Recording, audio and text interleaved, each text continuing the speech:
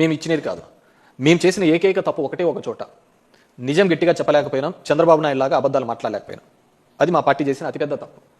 ఎందుకంటే వాళ్ళు ఈ భూము ఈ బీర్లన్నింటినీ చూపించేసి ఇవన్నీ జగన్మోహన్ రెడ్డి జే బ్రాండ్లని వాళ్ళంతగా ప్రచారం చేసినా కానీ, లేదా ఇవన్నీ తెచ్చినది తెలుగుదేశం పార్టీ ఆధ్వర్యంలోనే వాళ్ళ ముఖ్యమంత్రిగా వాళ్ళ టెన్యూర్లోనే తెచ్చారు అనే విషయాన్ని కూడా మేము గట్టిగా ప్రజల్లోకి తీసుకొని మేము చేసిన అతిపెద్ద తప్పుగా భావిస్తున్నాం. వాళ్ళు చేసిన అబద్ధ మాటలు, కుట్రపూరితమైన అంశాలను మేము ఖచ్చితంగా జనంలోకి రివర్స్గా కౌంటర్ పోయినాము అధికారంలో ఉన్నప్పుడు. ఎందుకంటే ఏ డిస్టిలరీ మేము ఇవ్వలేదు.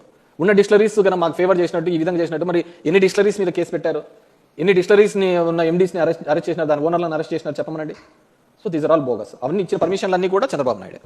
డెఫినెట్గా వీఆర్ లీగల్ బ్యాటిల్ చేస్తున్నాం. ఇప్పుడు వాలంటీర్ల మీద పెట్టిన కేసును కూడా వాళ్ళు ఏదో రివిజన్ పిటిషన్ వేయడం జరిగింది. చంద్రబాబు ఆ రోజు పవన్ కళ్యాణ్ 30,000 మందిని కిడ్నాప్ చేసినాడని చెప్పేసి, ఇవి చేసినారు, అమ్మాయిని చేసినాడని ఒక అంశం మీద వాళ్ళ నేమనెత్తిన దాని మీద కూడా మేము కౌంటర్ వాళ్ళ ఆ కేసును తీసేయాలని చెప్పేసి వేయడం జరిగింది. లేదు మళ్ళీ దాని మీద కోర్టుకు అప్పీల్ చేయడం.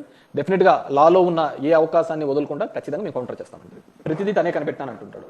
సైబరాబాద్ నేనే అంటాడు, ఆర్టిఫిషియల్ ఇంటెలిజెన్స్ అంటాడు, ఇంకో ఏదో వ్యాలీస్ చెప్తున్నాడు, క్వాంటమ్ వ్యాలీ అంటున్నాడు. నాకు తెలిసి అమరావతిలో ఏ వ్యాలీ ఉండదు, ఉండేది ఒకటే వ్యాలీ, అది ఆక్వా వ్యాలీ. ఆక్వా వ్యాలీ మాత్రం సక్సెస్ఫుల్గా ఉంటుంది.